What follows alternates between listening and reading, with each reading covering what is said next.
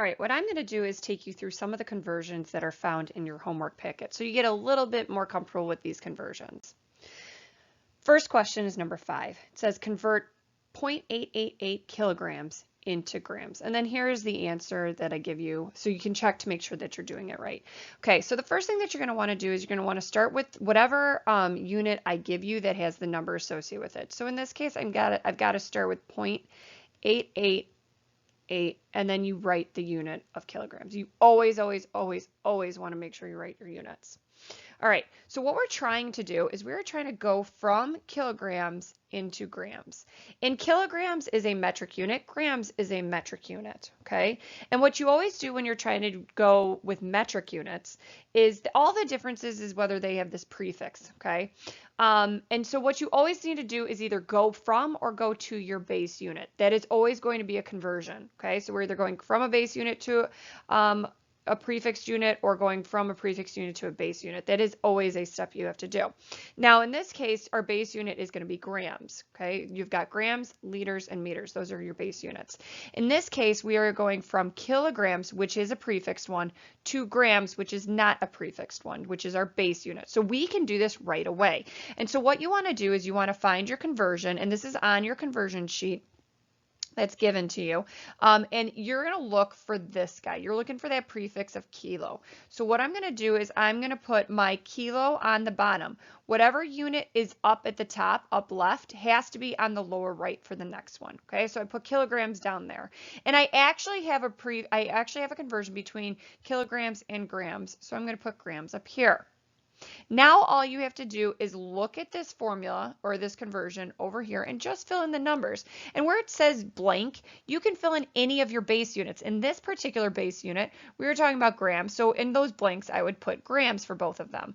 If I was doing, let's say, meters, all I would have to do is change this blank into a meter. So it'd be kilometers to meters, okay? So it's the prefix works for anything, any base unit kind of conversion. You just have to change whatever that base unit is. So in this case, it says that the 1 goes with the kilo. So my kilo is on the bottom, so I'm going to put the number 1 there. Then it says 1 times 10 to the third of my base unit, because that's the blank. There's no prefix. So it would be 1 times 10 to the third, which is 1,000. So you could do this. Now what I do is I snake through it to try to solve this. So I'll do 0.88 times 1 times e to the third divided by 1, and then I press my enter. So when I do that, 0.888 times 1,000, basically, or 1 e to the third, that is where I get 888 grams. Now, as far as sig figs go on this, what you want to do is you always just base off the number that is given to you in the problem. So this has 3 sig figs. So I'm going to give my answer in 3 sig figs. So 1, 2, 3. So this already has 3 sig figs. So therefore, I'm just going to leave it as 888 grams. All right, let's try number 10. A chewy Quaker granola bar weighs 28 grams. So that's going to be my starting thing. In centigrams, how much does it weigh? So we're going from grams, which is a base unit, to centigrams, which is a prefix metric unit. Okay, so we're going to be able to do this in one conversion. So the first thing is we're going to write down whatever I gave you with the numbers. So that would be 28 grams. Now I need to go from, I know no matter what, grams has to go on the bottom of the next one. Why? Because it was up here on the top on that one. So I'm going to put grams on the bottom, and now what I want to do is I need to find this prefix of centi. Centi is right down here. So I know I can go from my base unit of grams to go to centigrams. So I'm going to put centigrams on top. Now what I'm going to do is I'm going to use the numbers, and it says 100 centigrams.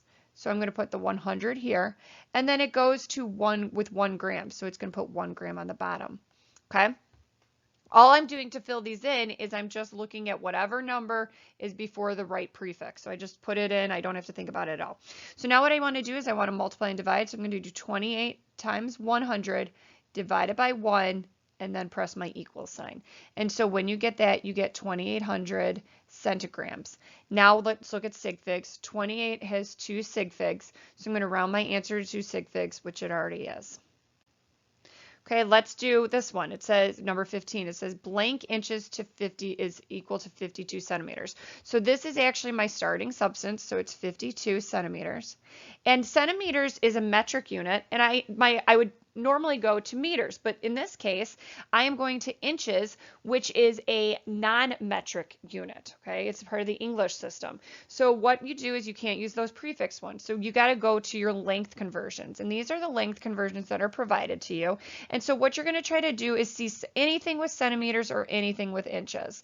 So what I'm going to do is I'm going to cross off the ones that don't really help me at all. Okay, oh, here's a centimeters and inches one. And then that's about it. So this is the one that I'm going to use, which is that 1 inch equals 2.54 centimeters. Okay, so now I need to put centimeters on the bottom. And the reason why I worry about my units first is because if centimeters is up here, then I know it has to go here. I actually have a direct conversion between centimeters and inches. So I'm going to put inches on the top on the next one, or on the top for this one. Now all I need to do is I need to fill in whatever numbers are associated with these units. So 1 was associated with inches, and then 2.54 was with the centimeters. So I'm going to put 2.54, and now my centimeters is canceled, and I'm left with my unit of inches. So what I'm going to do is I'm going to do 52 times 1 divided by 2.54, and then press my equal sign. And when I do that, I get 20.47. 0.472, whatever, 72. Okay, so now this is inches, right? But I'm going to need to round to sig figs. So this 52 has 2 sig figs. So what I'm going to need to do is I'm going to need 1, 2. I need that 0 to count as a sig fig number. If I just left it like this, that would mean it would only have 1 sig fig. So I can either put a decimal like there, and now that counts as that one, and these guys would drop off. Or what I could do is put it into scientific notation, and this way will always work. Wait, it wouldn't be that one.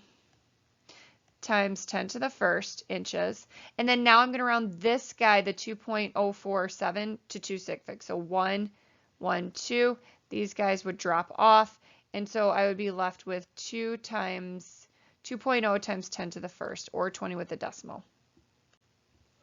Okay, a container of Sun-Maid raisins weighs 425 milligrams. Okay, so that's my starting. I am asking you to go to kilograms. Okay, so good news is that both of them are metric conversions. Okay, milligrams and kilograms.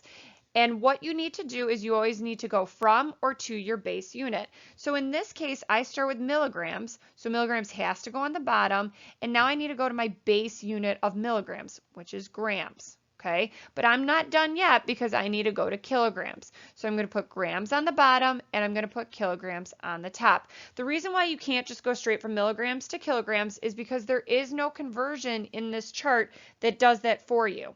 So you have to do the multiple steps. This is called a multi-step dimensional analysis problem. Okay, but now all that I have my units where milligrams cancels out, grams cancels out, and I'm left with kilograms, which is the unit I want to. All I need to do is fill in the numbers. Okay, so I'm going to look for milli. So milli is here, and what it says is I've got 1,000 milli for every 1 gram. All I'm doing is copying the numbers that are associated right here. Now I'm going to go to kilograms and grams. So that's that guy. So it's 1 kilogram is 1 times 10 to the third grams. Okay, and so now what I'm going to do is I'm going to snake through it. So snaking through it would mean 425 times 1 divided by 1,000 times 1 divided by 1e3, or 1 times 10 to the third. Press enter, and what you get is 4.25 times 10 to the negative fourth kilograms. That's what my calculator gives me.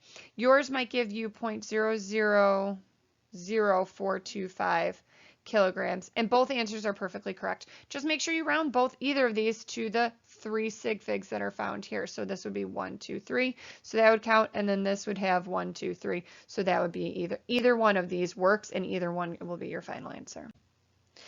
Okay, let's do number 20. So the heaviest person alive was 6,350 hectograms. How many pounds is this? So this is going to be a little bit more tricky because I need to go from hectograms, which is metric, and I need to go to pounds. Okay, so what you want to do, which is in the English system, so what you want to do is what I always try to look for is I always look for anything that can get me there fastest from an English away from metric to the English, or away from the English to the metric, whichever way you're trying to go from. So I want to find out pounds, okay? So pounds to me, oh, I see a pound to grams. That's a nice one. and then you could do pounds to kilograms. Both ones work. If you do the pounds to grams, that's going to be less steps than if you do pounds to kilograms, okay? And the reason why is I'll just show you the work for it. So if I start with 6,350 hectograms, remember, if you're in metric, the only thing you can do if you're trying to go to another metric unit is go to your base unit, which is grams. Okay, so if you notice right here already, I am already at grams. So that's why this conversion of the 1 pound equals 453.6 grams is the better one, because I'm already at grams faster. Now, if I didn't do that, then what I could do is I go from grams to kilograms, and then from kilograms to pounds. It's just a little bit longer. It's just one more additional step. Okay, so, but now I'm at grams, so I'm going to try to use this guy right here. So I'm going to put grams on the bottom, and I can put pounds on the top. Okay, you can do any route to solve these problems as long as your units cancel, and that you use the actual numbers that are associated with the conversions. You can't make up your own conversions, okay? So now let's try to fill in our numbers. So hectograms to grams. So I'm going to look for the prefix of hecto. It's right here. So 1 goes with the hecto, and 1 times 10 to the second goes with the grams, okay? Now I'm going to use this guy down here, which is grams to pounds. So that's 453.6 grams for every 1 pound. And now all I need to do is snake through it. So it's 6,350 hectograms times 1 E2, which is, or 1 times 10 to the second, or 100, divided by 1 times 1 divided by 453.6, and then you press enter. And when you do that, you round your answer to 3 sig figs, because that's how many 6,350 has. And then you get this answer. Now, you have to have it in this format, because if it wasn't in scientific, you would have 1, 2. It would look like this. And this one only has 2 sig figs. So you have to actually be able to convert it into scientific for this one. All right, how many minutes are in 90 days? Now you could look at the times conversions. I'm not going to, because I believe you actually know these off the top of your head, but they are on that conversion sheet, which you're absolutely allowed to look at. And so we start with 90 days. And what do we go from days if we're trying to get to minutes? So we're going to go first days to hours. And then you're going to go from hours to minutes. And then we're done. Okay, if I asked you to go to seconds, you would just do minutes to seconds. So now all you have to do is use the information that you know or that are on the sheet, and there is 24 hours in 1 day, and there are 60 minutes in 1 hour. And so you multiply this out, so you're going to do 90 times 24 divided by 1 times 60 divided by 1, and then press that equal sign. Now, when I'm typing these in, I never press enter beforehand. I just do it at the very, very end. That way I don't need to worry about rounding or carrying over the answer to the next part of the problem and stuff like that with my calculator.